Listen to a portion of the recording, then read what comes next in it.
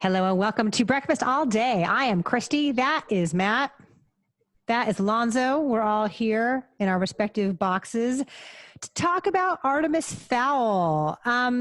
This has had a tortured history. This is like 20 years in the making, and now it's finally here. And as I wrote in my review for Ebert, it feels like it's in a giant hurry to get it over with already. So who wants to describe? So Artemis Fowl is the story of a young, 12-year-old boy named Artemis Fowl after his father.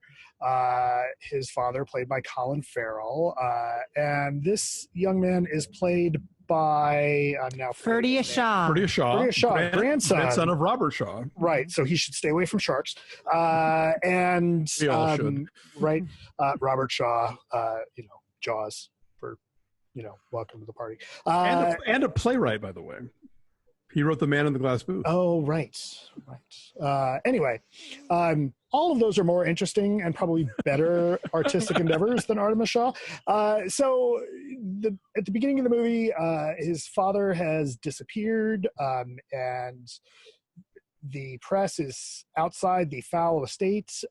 Fowl Manor. On the Fowl estate, which, because he may or may not be a criminal mastermind. So the press thinks, which Young already knows that his father is a criminal mastermind. Also, his father... no, he doesn't. I think he thinks his dad is an antiquities dealer and doesn't know what he's really been doing. With an interest in folklore. I don't think he knows what his dad's really been doing. Okay. Anyway, well, go ahead. Continue. Anyway, so it turns out his father had an interest in folklore and tried to get his son to believe in it and taught him elven languages and all this other stuff. And lo and behold, turns out the Fae are real. There is a whole police force called the Lemire that keeps the supernatural creatures from appearing to regular people. And Dame Judi Dench is in charge of them, and she's doing everything she possibly can to not be confused with M. At all. Like, please don't think of her as M. I'm going to do this really weird, scratchy voice so you don't look at me as M. Think of her as Popeye. Right. This movie spends a lot of time trying to build up this world, and it moves really fast, and it's directed by Kenneth Branagh. It's okay. Like, it's not a disaster. It is a disaster. It is a disaster. For a movie that's been held this long. No. Hang on. Let's put this in perspective. If you had to pay money to go to a theater and see this, then yes, be upset. But I wouldn't say set up your Disney Plus subscription for this movie. But if you've already got it and you're kind of interested, it's fine. No, it's not. No, fine. It is not fine. It is wretched. We've encountered this before in all the time that we've been reviewing movies, where like a movie with a tortured production history that was supposed to launch a new franchise finally limps into theaters, and it's like 85 minutes long. And when it's that short and it's supposed to be that much of a like launch pad world building thing, you know that all the cooks have been in there hacking at it, trying to make something out of it. This movie is running as fast as it can and going nowhere. It is loud and ugly to look at and nonsensical. You've got Josh Gad, where did nobody stop and say, really looks like you're doing Hagrid cosplay. Maybe we should reconceive of this character in some other way. It is. I was just Dave and I were just looking at each other what are we even watching here? This is such a mess, and it's convoluted and shrill and not fun. There are moments I was reminded of the Super Mario Brothers movie, because it's this whole because it's such a it looks muddy and cruddy for a film that was super expensive to make, but the digital effects are shit, and the conceptualizations of what the elf cops look like and all stuff are not interesting. I just found this unbearable from start to finish. It's a nightmare. Right. So I have not read the books. There are 8 books written by Owen Colfer, an Irish author, and they are quite beloved. And in the books, from the very beginning, Artemis Fowl is like this 12-year-old criminal mastermind, and he's kind of an anti-hero. He's kind of a like borderline villain character, and he evolves over time over the course of the books.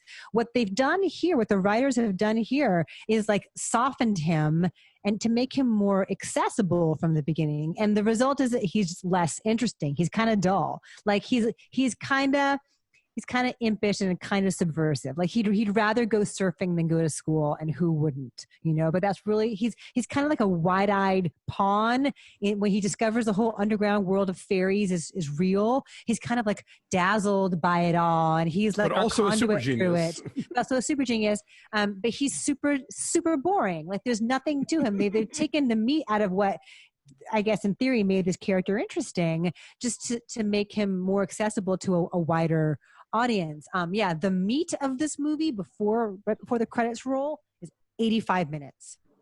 And it does feel like it's in a massive rush. And throughout the course of that, Josh Gad's character, this thieving giant dwarf named Mulch Diggums, Josh Gad is saddled with so much hand-holding narration from the very beginning. He's tie this all together, right? And almost to the extent, I don't know this for a fact, but it gave me the sensation as I was watching it, like, did it not play right, and was it confusing, and did they have Josh Gad come in afterward to do this VO as like a cohesive thread? I don't know. There were definitely reshoots. I was reading a little about this on the wiki page, and there are some scenes where you can tell that Artemis is suddenly taller. Like that kid hit a growth spurt at some point. It's like, whoa, okay, so this is clearly from the reshoot because you're towering over that girl now. This movie is so inept, and it's not even like I would watch Cats again for misguided Judi Dench vehicles than this thing. It's more interestingly bad. In a heartbeat. No, for sure. Also, so we alluded to the tortured history of this. It got optioned years ago, before the first book even came out. 2001. It got optioned. Well, the interview, I think maybe EW had it with the author, who he got a call in 2000 before the book had even come out. And Harvey Weinstein wanted to do this, and so of course this got jettisoned in the midst of all the Weinstein morass, and then it got cycled different directors and screenwriters, and then it got put on hold with the whole Disney Fox merger happened. This is supposed to have come out summer, and then it was supposed to have come out 2 weeks ago, and then because of the pandemic and all the theaters closing, it's now coming out streaming on Disney Plus. And it does feel like they're trying to cram it all in this frantic way. Like, here's a fun, new, exciting action adventure series, and it's got fantasy and it's got whimsy, but it's also got pop culture references out of nowhere to like jokes about gluten, Foreigner, and David Bowie. Like the kids love them. And 2000 is the key thing here. That's when everybody was desperate to get the next Harry Potter, right. And you'll recall like all of the sort of misguided would-be franchises of that moment of the early 2000s, all those YA franchises that we never heard from again, like, Cirque du Freak and the original attempt to do His Dark Materials and Vampire Academy. I have to jump in here. This movie is not nearly as awful a start for a franchise as we've seen. Vampire Academy is catastrophically worse than this. So is The Fifth Wave. Was the Divergent series is a disaster. Maze Runner is not particularly good. I think this movie does a solid job of the world building, and there's honestly some stuff in this movie that we've never seen before, like that you've got these fairies that are mixing magic and technology was a really interesting thing, and they kind of have some interesting design that's not derivative of other things we've seen before. I think there's some pieces here that obviously, like, at one point when he says, oh yeah, we got to bring in another 12-year-old, and then like she gets no lines. Like, yes, there's some holes in that.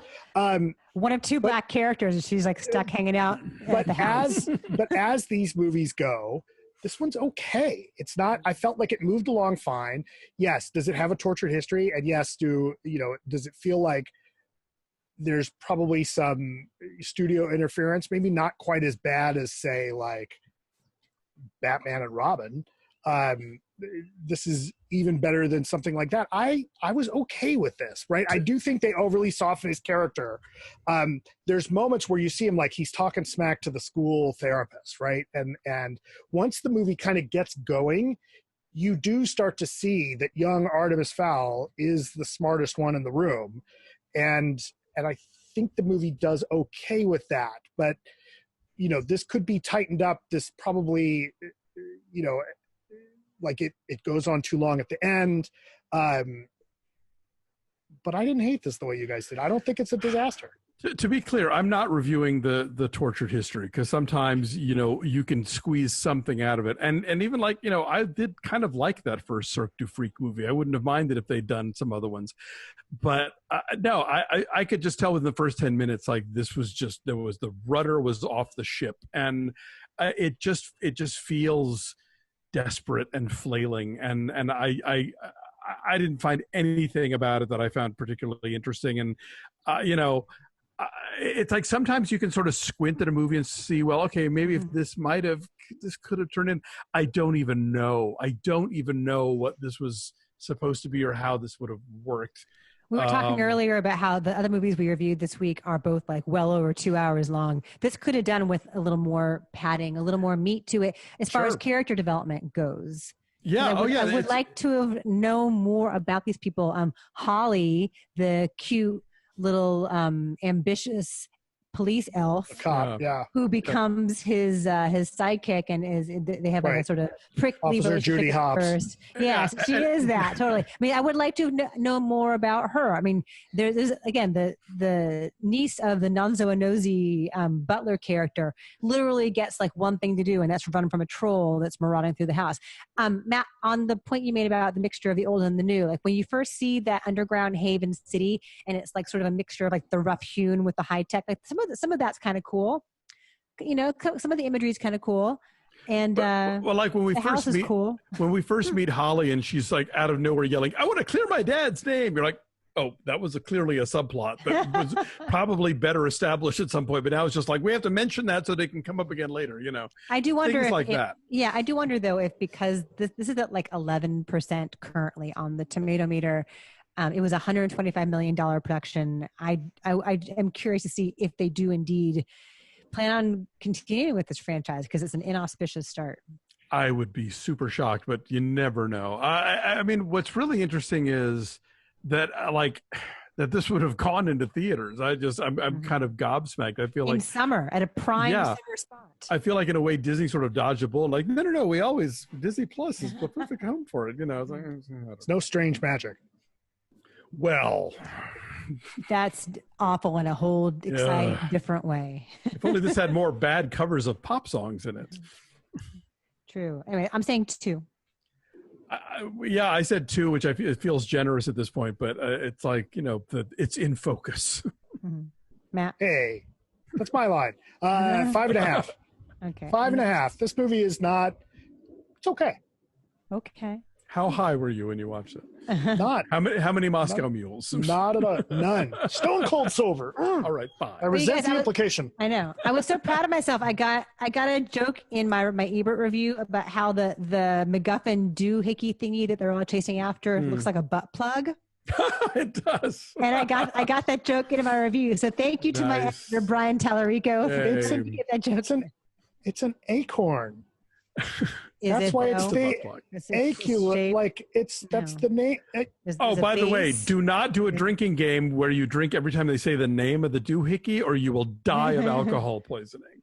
They mention it so many times, and it's like, look, it's the MacGuffin. Can we move on? What does it do? What does it need to do? I still don't know. It's a butt plug. It's a shiny golden butt plug. All right. I know what those do. All right, that's it. We're done trashing this movie now. Adios. Thank you for watching, you guys. Like this video, subscribe to our YouTube channel.